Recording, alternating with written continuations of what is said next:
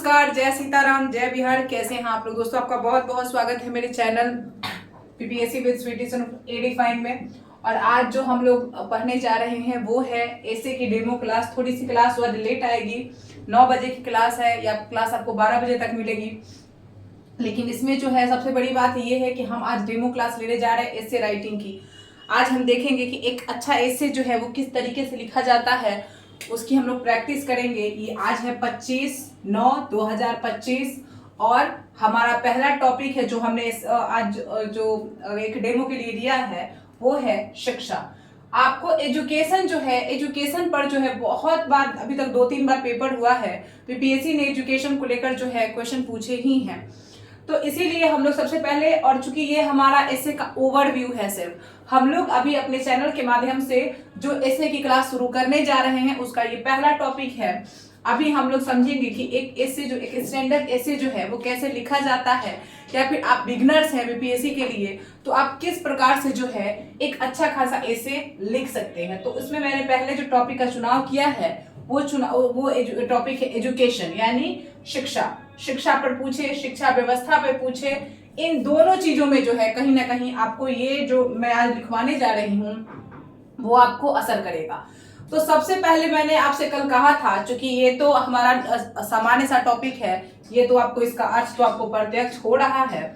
तो हमने कल कहा था कि आपको सबसे पहले क्या करना है, स्टेप 1 में विषय वस्तु की समझ रखनी है। तो आपको तो विषय वस्तु की समझ यहाँ पे हो गई, शिक्षा से जुड़ा लिखा हुआ है, लिखना है। लेकिन अब आप देखिए कि यहाँ पे जब शिक्षा है आपके पास, तो शिक्षा के कितने आयाम हैं। सबसे मैंने पहले कहा था कि आपको शिक्षा को लेकर जो है या फिर किसी भी टॉपिक को लेकर एक रफ रोड मैप जो है बना लेना है अपने कॉपी में। तो यहाँ पे हम शिक्षा के स्तर पे क्या क्या कर सकते हैं, क्या क्या उदाहरण ले सकते हैं, ये चीजें आप पहले ही यहाँ पे कर लीजिएगा, उसके बाद ही हम आगे बढ़ेंगे। जैसे शिक्षा, एक कोटेशन यहाँ पे दे दिया हमने, कोटेशन। शिक्षा उद्देश्य, शिक्षा का उद्देश्य। सबसे पहले तो हम लिखेंगे शिक्षा का महत्व, यहाँ पे महत्व, यहाँ पे है उद्देश्य, यहाँ पे लिखेंगे उदाहरण। जो भी हमारे पास जो स्टोरी है, उदाहरण हम पहले भी दे सकते हैं, तो ये आप उदाहरण 1 2 3 4 करके उदाहरण यहाँ पे कर लेंगे। प्रभाव, वर्तमान व्यवस्था, और लास्ट में निष्कर्ष। ठीक है, तो ये जैसे मैंने एक रोड मैप बनाया आपके सामने, आपको हर एक एसे के लिए जो है एक रफ रोड मैप निश्चित ही बनाना है। इसके बिना जो है आप, अगर ये आप नहीं करते हैं तो क्या होगा, अगर आप ये नहीं करेंगे तो आपका जो है टाइम किल होगा। आप सोचेंगे, लिखेंगे, फिर सोचेंगे, फिर लिखेंगे, इससे या ना तो आपका अच्छा एसे बन पाएगा और ना ही जो है आपका समय बचेगा आपके पास। ये आप कर लेते हैं तो आप, अगर ये आप ढंग से कर लेते हैं 5 मिनट का टाइम लेके, और मैं 5 मिनट दे रही हूँ, ऐसे आप 3-4 मिनट में भी सोच सकते हैं, लेकिन अगर 5 मिनट आप यहाँ पे इन्वेस्ट करते हैं तो आपको 25 मिनट या फिर मैक्सिमम 30 मिनट में आप अपने एसे को कंप्लीट कर लीजिएगा।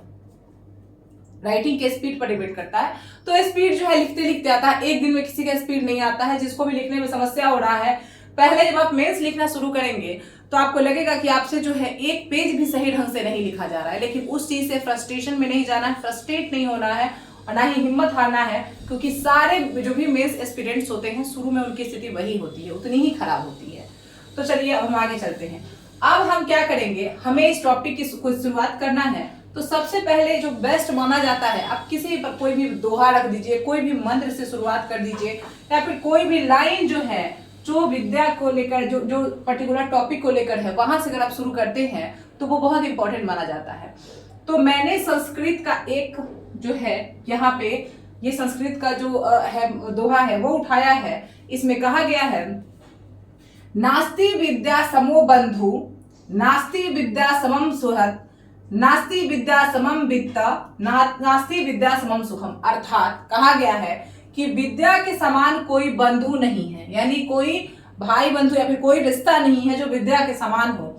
विद्या के समान कोई जो है संस्था नहीं है, सुख नहीं है। विद्या के समान कोई वित्त नहीं है, मतलब कोई धन नहीं है, और ना ही विद्या के समान कोई सुख है। ठीक है, तो विद्या के समान कोई बंधु नहीं, विद्या के समान कोई आराम नहीं, सुहद नहीं, विद्या के समान कोई वित्त नहीं, धन नहीं, और विद्या के समान कोई सुख नहीं। तो अब सबसे पहले आपको कुछ समझ नहीं आ रहा है क्या लिखना है, तो आप इसको क्या कीजिएगा, एक्सप्लेन कर दीजिएगा। जैसे हम यहाँ पे लिख सकते हैं कि हमारे धर्म ग्रंथों में ऐसा कहा गया है कि विद्या के समान, इसको आपको एक्सप्लेन कर देना है कि विद्या के समान को, इस विद्या के से बड़ा कोई बंधु नहीं है, विद्या के समान कोई बंधु नहीं है, सुहद नहीं है, वित्त नहीं है, सुखम नहीं है। तो आपको एक पैराग्राफ में क्या करना है, एक्सप्लेन इट वेल, आपको इसके अर्थ को एक्सप्लेन कर देना है। इस तरीके से जो है आपका ये टॉपिक जो है शुरू हो गया। अब आपने शुरू कर लिया, आपने जो है अपना 15% जो है काम डन कर लिया, क्योंकि बहुत सारे लोग तो यहाँ पे शुरू ही नहीं कर पाते हैं। अब यहाँ पे आपका जो है ये शुरू हो गया।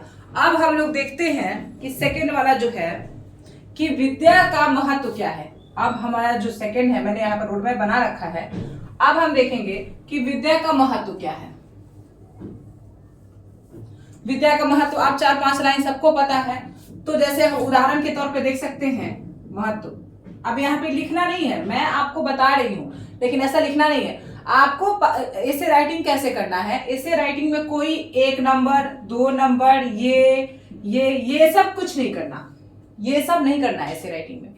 जो भी लोग इस आंसर फॉर्म में ऐसे को लिखने चाहते हैं वो लोग बिल्कुल ही गलत कर रहे हैं, आपका मार्क्स कट जाएगा, कुछ नहीं मिलेगा उससे। ये गलत तरीका है, ये नहीं करना है। आपको क्या करना है, जैसे आपने लिखा कुछ, जैसे राम लिखा, राम राम राम यहाँ पे चला गया। अब उसके बाद फिर आपने जो है यहाँ पे लिखा, ठीक है, आपने यहाँ पे लिखा, और इस तरीके से आप अगर पैरा जब कंप्लीट हो गया तो फिर आप यहाँ से लिखना शुरू कर सकते हैं, यहाँ से लिखना शुरू कर सकते हैं, फिर यहाँ से शुरू कर सकते हैं। आपको बस पैराग्राफ के फॉर्म में ही जो है आपको ऐसे राइटिंग करनी है, ये बात आप एकदम ध्यान में रखिए। कुछ नियम है ऐसे राइटिंग के। पहला, आपको पैरा फॉर्म में लिखना है, पैराग्राफ के फॉर्म में। दूसरा, आपको कोई भी नंबरिंग नहीं देना, 1 2 3 4 करके आप जो पॉइंट लिखते हैं आंसर में वो नहीं लिखना है। यहाँ पे स्टार बना के, एरो बना के ये सब लिखते हैं, ये सब नहीं करना है। मैक्सिमम टाइम आपको जो है अंडरलाइन से भी बचना है। अधिक ज्यादा से ज्यादा मतलब आप 1-2 जगह पे अगर करना चाहें तो कभी कभी कर सकते हैं, लेकिन आपको इससे भी बचना है। ये आपको अंडरलाइन भी नहीं करना। अब आप कर क्या सकते हैं, तो आप ये कर सकते हैं, आप इसको जो है इन्वर्टेड कॉमा के अंदर बंद कर सकते हैं। आप जो है इन्वर्टेड कॉमा ऐसे ऐसे ऐसे कर सकते हैं, कॉमा लगा सकते हैं। तो ये सब चीज आप कर सकते हैं। आप ये वाला कर सकते हैं, जो उसको ब्रैकेट में बंद करना होता है, ये कर सकते हैं। लेकिन बाकी ये सारे साइन जो है आप इसको ऐसे में इस्तेमाल नहीं कर सकते। देखिए क्या होता है, लिखना इंपॉर्टेंट नहीं है, सही तरीके से लिखना इंपॉर्टेंट है। क्योंकि अगर वहां पे आप ये सब गलती करते हैं, आपके मार्क्स यहीं पे कट जाएंगे, चाहे कंटेंट आपने कैसा भी डाला हो। तो इन सब चीजों का आपको ध्यान रखना है।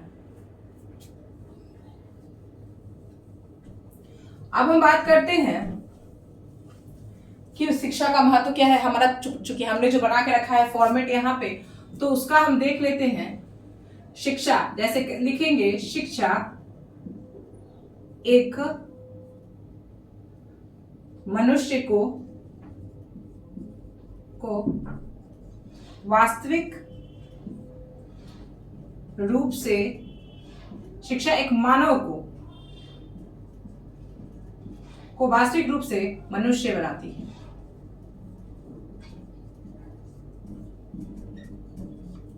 ठीक है, जैसे इस तरह से दूसरा, मतलब इस तरह से लिखना नहीं है, आपको लिखना पैराग्राफ में ही है। लेकिन क्या है कि आपको, मतलब मैं एक दो पॉइंट आपको बता रही हूँ क्या क्या आप इसमें लिख सकते हैं। क्या करती है, यह मनुष्यों में से पशुत्व, यानी पशु वाला जो गुण होता है, पशुत्व की भावना का नाश करती है तथा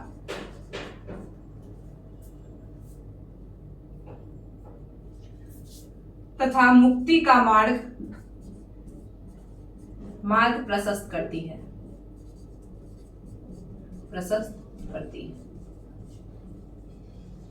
ठीक है, आपने एक पैराग्राफ में तो पहले उसको एक्सप्लेन किया है, दूसरे पैराग्राफ में आपने इसको लिख लिया। इसी तरीके से अगर शिक्षा के बारे में आपको कुछ और पता है तो आप जो है वहां पे और भी लिख सकते हैं। ठीक है, शिक्षा एक मनुष्य को क्या करती है, मानव को वास्तविक रूप से मनुष्य बनाती है, क्योंकि उसमें जितने पशुत्व के गुण हैं, पशुत्व का जो भावना है वो उसको क्या करती है, नाश करती है। तो इसीलिए शिक्षा क्या है, इंपॉर्टेंट है। तो ये एक पैरा हो गया। एक पैरा आप इसमें और भी लिख सकते हैं अगर चाहें तो, वो मैं बोल देती हूँ क्योंकि हर चीज यहाँ पे बोर्ड पे लिखना पॉसिबल नहीं है। आप यहाँ पे ये भी लिख सकते हैं कि विद्या जो है, शिक्षा जो है, किसी भी व्यक्ति की सबसे अमूल्य संपत्ति है। ठीक है, जैसे हमने ऊपर लिखा भी कि शिक्षा क्या है, शिक्षा किसी भी मनुष्य की अमूल्य संपत्ति है, संपत्ति है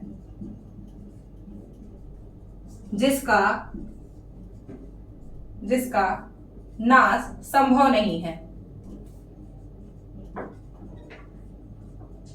संभव नहीं है। शिक्षा क्या है, देखिए अगर आप धन कमाते हैं, धन का जो फ्लो है वो आएगा और जाएगा, लेकिन जो गुण आपने सीख लिया, जो शिक्षा आपने ग्रहण कर ली, चाहे वो किसी भी फील्ड की हो, वो आपके पास संरक्षित रहती है, वो आपसे कोई छीन नहीं सकता है, वो आपकी क्या हो जाती है, वास्तव में अमूल्य संपत्ति वही हो जाती है आपकी। तो आप एक लाइन ये भी लिख सकते हैं। इसके अलावा लिख सकते हैं कि एक सभ्य समाज का निर्धारण कैसे हो। शिक्षा क्या कर सकता है, शिक्षा जो है वो एक सभ्य समाज का निर्धारण करता है। शिक्षा का और महत्व भी देख सकते हैं यहाँ पे आप। शिक्षा, अब मैं यहाँ पे शॉर्ट में लिख रही हूं, आप इसको पैराग्राफ में लिखेंगे। शिक्षा क्या करता है, सभ्य समाज का निर्माता, सभ्य समाज का निर्माता। शिक्षा से क्या होता है कि एक सभ्य और सुशिक्षित समाज का जो है वो निर्माण होता है, जो कि देश के विकास के लिए भी क्या होता है, एक आवश्यक होता है। तो यहाँ पे लिख सकते हैं देश या फिर अर्थव्यवस्था के प्रगति हेतु आवश्यक। ठीक है, तो इन सारे टॉपिक और इन सारे पॉइंट्स को आप लिखते हैं तो लगभग 3 से 4 पैराग्राफ यानी 1 से 1.5 पेज तो आपका जो है ये चला जाता है। अब यहाँ पे आपने अब 1.5 पेज लिख लिया। अब आप यहाँ पे क्या कर सकते हैं, अब आप यहाँ पे कुछ कोटेशन डाल सकते हैं, क्योंकि बहुत लंबे समय तक कोटेशन अगर आप नहीं डालते हैं तो वो भी थोड़ा सा आपका कहीं ना कहीं नीरस उबाऊ हो जाता है। लेकिन एक चीज और याद रखना है, 4 मैक्सिमम 4 से ज्यादा अगर आप लाइन कोटेशन आप यहाँ पे डालते हैं तो वो भी जो है कहीं ना कहीं एग्जामिनर को ये लग जा सकता है कि आप जो है लाइन के सहारे ही पास करना चाहते हैं, आप अपना थॉट प्रोसेस नहीं लिखना चाहते हैं। इसीलिए मैक्सिमम 4 आप कोटेशन कितने ऐड करेंगे, कोटेशन मैक्सिमम 4, या फिर अगर बहुत ही रेयर स्थिति है तब आप 5 ऐड कर सकते हैं, 4 या फिर 5 यहाँ पे। इससे ज्यादा आपको एक हिस्से में जो है वो आपको कोटेशन ऐड नहीं करना है, नहीं तो वो भी जो है किसी भी चीज का कहा जाता है ना, अति सर्वेन वर्जितम, अति कहीं भी हो सब जगह वर्जित है, अति सिर्फ नुकसान करता है। तो यहाँ पे हो गया। अब हम यहाँ पे एक कोटेशन डाल सकते हैं, सा विद्या वा विमुक्तये, सा विद्या वा विमुक्तये। ठीक है, अब यहां पे अर्थात इस तथ्य का प्रतिपादन जो है वर्तमान समय तक होता है कि शिक्षा जो है वो क्या है, मुक्ति का मार्ग है। शिक्षा क्या है, शिक्षा जो है वो मुक्ति का मार्ग है, शिक्षा मुक्ति का मार्ग है। चलिए, अब यहां तक हो गया, आपने यहां तक उद्देश्य लिख लिया। अब हम देखते हैं कि अब हम कुछ थोड़ा सा बैकग्राउंड में जाते हैं। ठीक है, क्या होता है, थोड़ा सा बैकग्राउंड में जाना भी बहुत जरूरी है कि बैकग्राउंड क्या है। अब हम थोड़ा सा देख लेते हैं इसका इतिहास या फिर पिछला कॉन्टेक्स्ट देख लेते हैं। ठीक है, तो हमारी ऋषि परंपरा में चलते हैं। कहाँ चलते हैं हम, उदाहरण। अब ये देखिए, आप इसको उद्देश्य में भी ले सकते हैं, आप इसको उदाहरण में भी ले सकते हैं। अब यहां से हम उदाहरण देना शुरू करते हैं। उदाहरण 1, ऋषि परंपरा। ऋषि परंपरा। ठीक है, अब ऋषि परंपरा क्या कहता है? ऋषि परंपरा के समय से ही क्या हो रहा है कि हमारे यहाँ भारतवर्ष वह देश है जिसमें जो है जो विद्या अर्जन हेतु कठोर तप का प्रावधान किया गया है।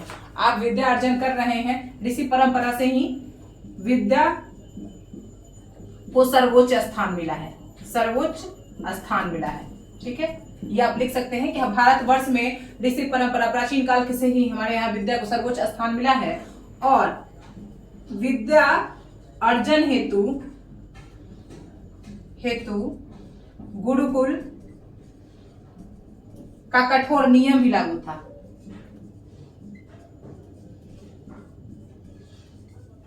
पालन मतलब हमारे यहाँ विद्या को कितना महत्व दिया जाता है कि बच्चे को, चाहे वो राजा का बच्चा हो चाहे वो रंग का बच्चा हो, हर आदमी को प्राचीन काल में कठोर तप करके जो है विद्या ग्रहण करना पड़ता था। ठीक है, तो यहाँ पे आप वो देख सकते हैं, कोई भी उदाहरण दे सकते हैं। जैसे आप देख सकते हैं कि राम जी को भी जाना पड़ा था, या फिर आप देख सकते हैं कि महाभारत काल में जो है पांडवों को जाना पड़ा था। तो ये सब यहाँ पे भी उदाहरण यहाँ पे दे सकते हैं। ठीक है, अब इसके अलावा क्या करें, और यही परंपरा आगे बढ़ी और आज हमारे यहाँ क्या है, आज भी हमारे यहाँ शिक्षा को जो है वो महत्व दिया जाता है। अब अगर हम दूसरा उदाहरण देखें तो प्राचीन काल में भी ये जो हम आते हैं, थोड़ा सा आगे बढ़ते हैं, इससे धार्मिक ग्रंथों के काल से आगे बढ़ते हैं, तो हमारा बिहार जो है, भारतवर्ष जो है, वो प्राचीन काल में भारतवर्ष शिक्षा का विश्व गुरु था, शिक्षा का विश्व गुरु। ठीक है, अब विश्व गुरु कैसे, उदाहरण, अब यहाँ पे आप बिहार भी लिख सकते हैं, यहाँ पे भारतवर्ष के साथ यहाँ पे आप बिहार भी लिख सकते हैं। उदाहरण नालंदा, तक्षशिला,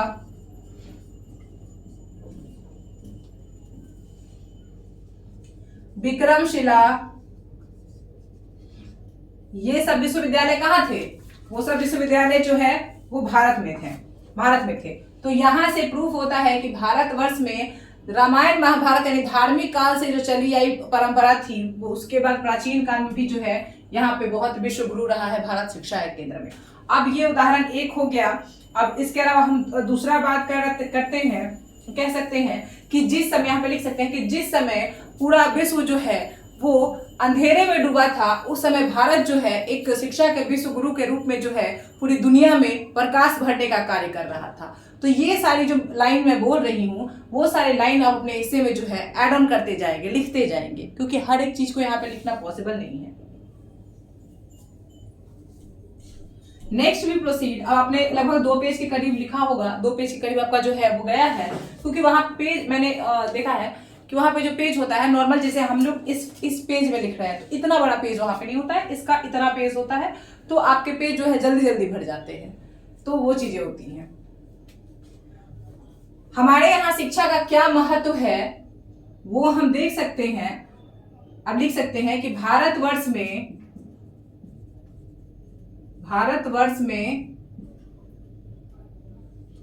शिक्षा के महत्व को निम्न पंक्तियों से समझ सकते हैं। पंक्तियों से समझ सकते हैं कि यहाँ गुरु को ईश्वर से पहले रखा गया है, ईश्वर से भी बड़ा स्थान मिला है।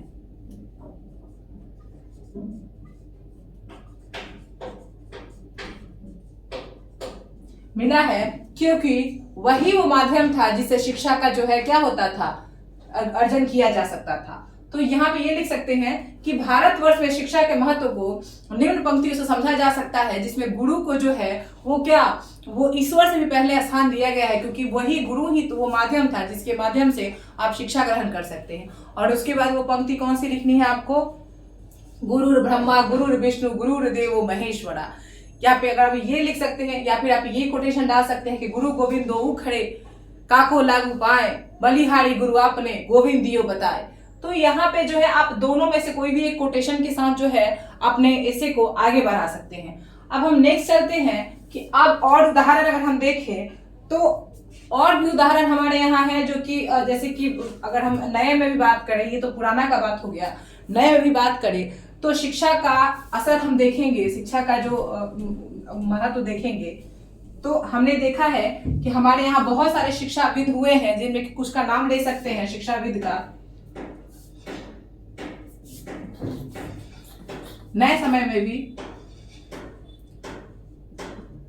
राजा राम मोहन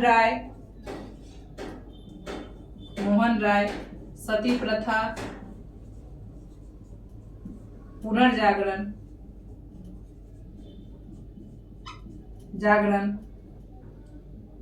इसके बाद है महात्मा गांधी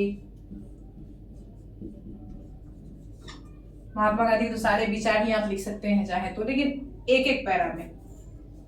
उसके बाद है स्वामी विवेकानंद,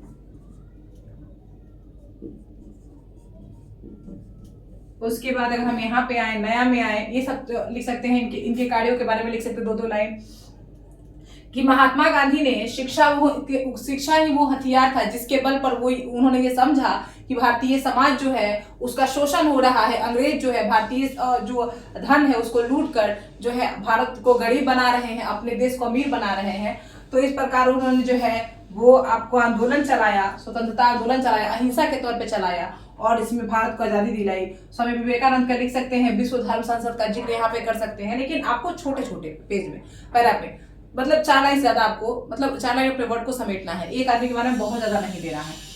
यहाँ पे अगर हम इनसे भी नया में आए, अगर हम अपनी वर्तमान का ही बात करें, आधुनिक काल का भी बात करें, तो आधुनिक काल में हमारे पास समय है, हमारे पास लोग हैं जिनका हम उदाहरण दे सकते हैं।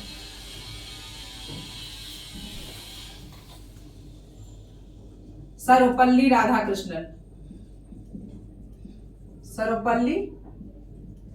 राधाकृष्णन, ठीक है।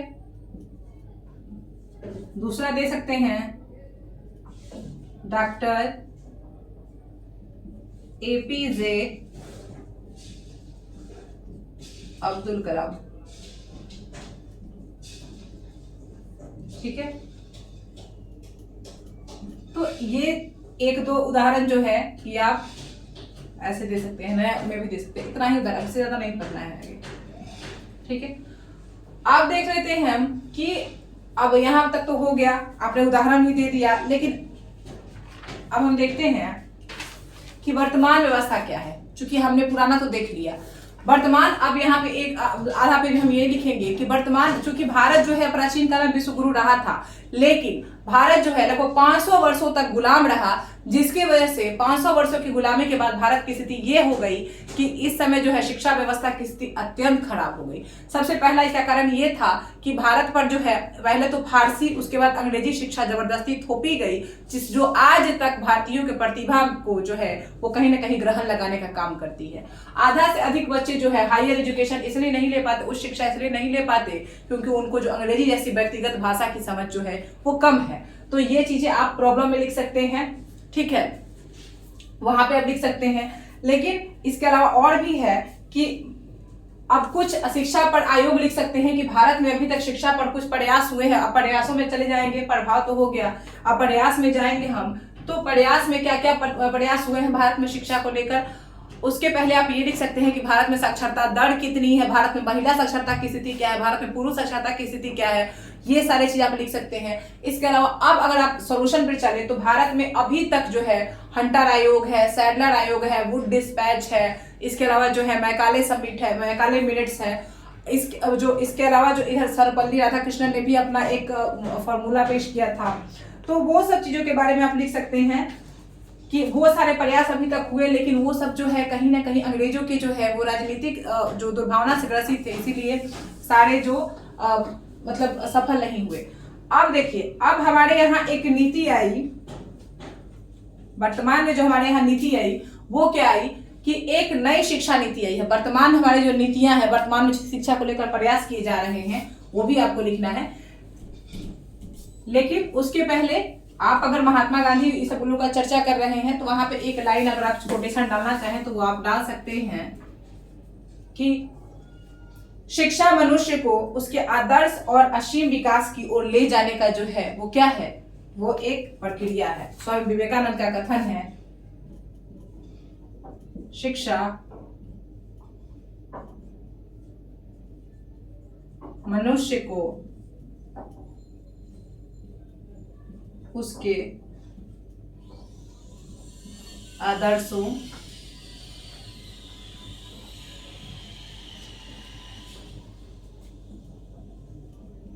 और असीम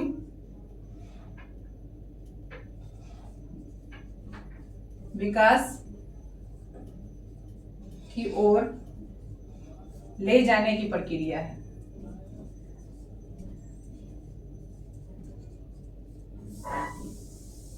ठीक है, स्वामी ऐसे लिखना है, स्वामी विवेकानंद। ठीक है, शिक्षा क्या है, मनुष्य को उसके आदर्शों और असीम विकास की ओर ले जाने की क्या है, एक प्रक्रिया है। तो यह विवेकानंद वाला जो उदाहरण दे रहे थे तो वहां पे आप लिख सकते हैं। अब जैसे आपने सारे चर्चा कर दी कि आपने शिक्षा साक्षरता दर कितना है भारत में, वर्तमान स्थिति की चर्चा कर दी, तो उसके बाद आपको क्या लिखना है कि भारत में अब प्रयास क्या क्या किए जा रहे हैं। सबसे लास्ट पार्ट जो होगा आपका वो ये होगा कि भारत में आपने ये तो लिख दिया कि क्या क्या स्थिति है, लेकिन भारत में शिक्षा को लेकर क्या क्या प्रयास किए जा रहे हैं ताकि शिक्षा की स्थिति सुधारी जा सके।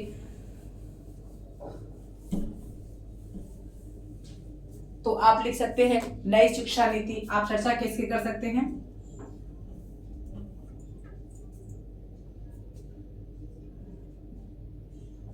नई शिक्षा नीति 2020, इसकी चर्चा कर सकते हैं आप। ठीक है, समग्र शिक्षा अभियान की चर्चा कर सकते हैं।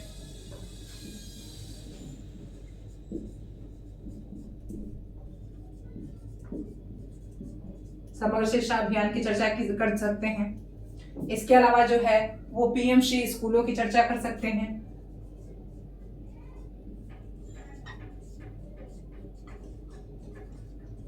ठीक है, छात्रवृत्ति, कौशल विकास,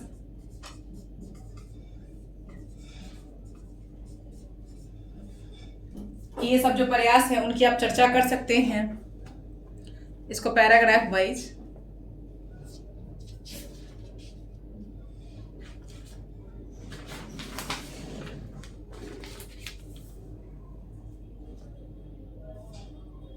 इसके अलावा जो शिक्षा का अधिकार आया था, शिक्षा के अधिकार की चर्चा कर सकते हैं आप।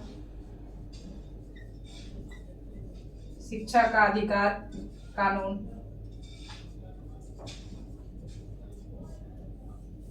ठीक है।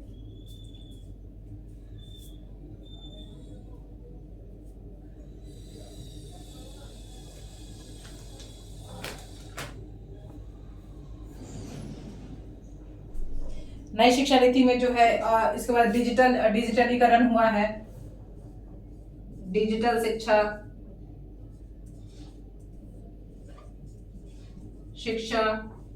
शिक्षा पोर्टल्स, आप शिक्षा पोर्टल जो भी हैं, शिक्षा पोर्टल्स, तो इन सब की चर्चा कर सकते हैं कि हालांकि भारत में जो है वर्षों की उदासीनता, वर्षों की जो है गरीबी, इसके अलावा जो है तत्कालीन सरकारों द्वारा जो है अच्छे से नहीं किया गया, जो शिक्षा के लिए अच्छे से नहीं किया गया प्रयास, जो है जमीनी स्तर पे आधारभूत ढांचा का विकास, ये सब कारण रहे हैं।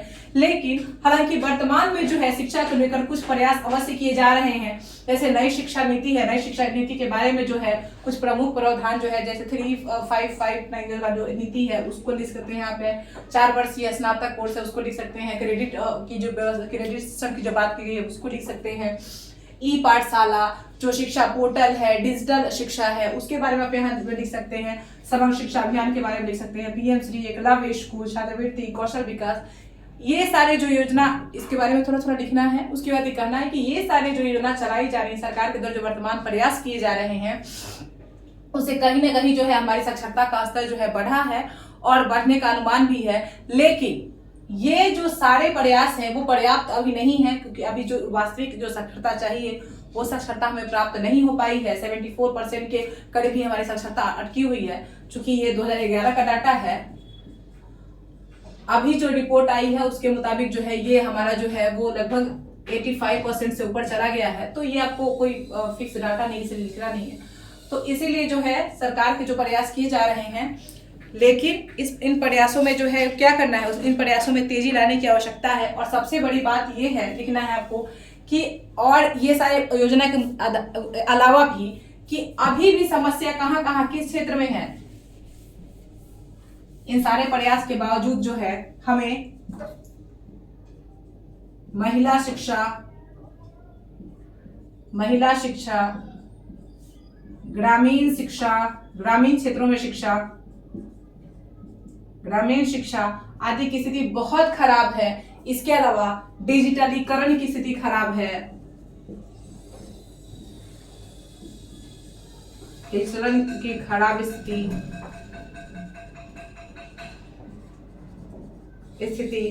इत्यादि जो है क्या कर रहा है, भारत को एक विकासशील देश की श्रेणी में अभी तक खड़ा किए हुए है। तो इसीलिए आवश्यक है कि अब हम जो है शिक्षा की स्थिति को जो है सुधारे निश्चय ही। अब हमें क्या करना पड़ेगा, अनुसंधान पर बढ़ावा देना होगा, हमें डिजिटलीकरण की ओर जाना होगा, हमें ग्रामीण क्षेत्रों में जो है युद्ध स्तर पे जो है वो आपको प्रयास करने होंगे। महिला शिक्षा को बढ़ावा देना होगा, क्योंकि महिला आबादी हमारी जो है 48% है, जबकि कार्य बल में जो है वो लगभग 12 से 13% ही इनका योगदान है। तो आपको ये सब चीजों के बारे में जो है प्रयास करना होगा, तभी जाके हमारा देश जो है वो आगे बढ़ेगा। और लास्ट में लिख सकते हैं कि शिक्षा सबसे महत्वपूर्ण हथियार है जिसे कि आप दुनिया बदलने की ताकत रखते हैं। ये और लास्ट भी आपको जब करना है तो लास्ट आपको किससे करना है, लास्ट में कोटेशन से ही करना है। और वो आप लिख सकते हैं यहाँ पे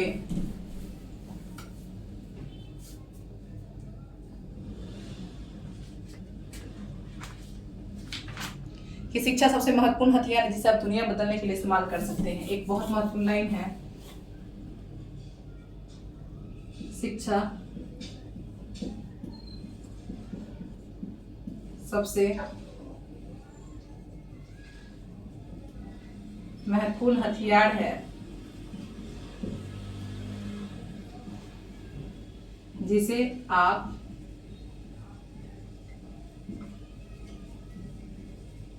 दुनिया बदलने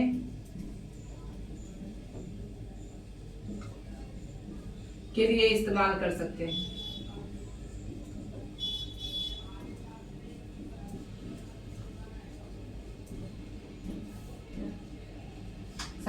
किसने कहा है, तो ये कहा है नेल्सन मंडेला ने।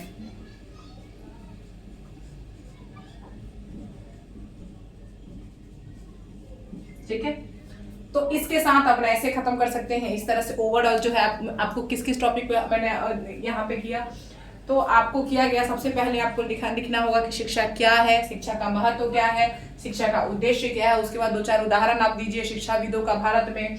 उसके बाद जो है वो वर्तमान स्थिति पर चर्चा कर लीजिए, वर्तमान समस्या पर चर्चा कर लीजिए, वर्तमान जो है अवस्था है उस पर चर्चा कर लीजिए। उसके बाद सरकार द्वारा जो प्रयास किए जा रहे हैं उस पर आप चर्चा कर सकते हैं, और आगे क्या प्रयास किए जा सकते हैं उस पर चर्चा कर सकते हैं। कुछ डाटा अगर आपके पास है तो आप डाल सकते हैं, और लास्ट में जो है एक पॉजिटिव इम्पैक्ट के साथ इसको जो है कंक्लूड कर देना है, और एक आपको जो है उसमें नीचे कोटेशन डाल देना है। तो आई होप आप लोग को ये क्लास पसंद आया होगा। तो अगर पसंद आ रहा है क्लास तो निश्चित रूप से मेरे channel UPSC with Sweety Singh को आप सब्सक्राइब करेंगे, लाइक करेंगे, शेयर करेंगे। और 9 बजे जो है फिर कल से जो है अब 2-3 ऐसे की क्लास थी, कल से फिर हमारा करंट अफेयर चलेगा। कल हम लोग संविधान का जो 130वां संविधान संशोधन पढ़ेंगे उसके बारे में। और जितने भी लोगों ने इसको सब्सक्राइब नहीं किया सबसे पहले सब्सक्राइब कीजिए, पढ़ते रहिए, मस्त रहिए, व्यस्त रहिए। जय सीताराम, जय बिहार।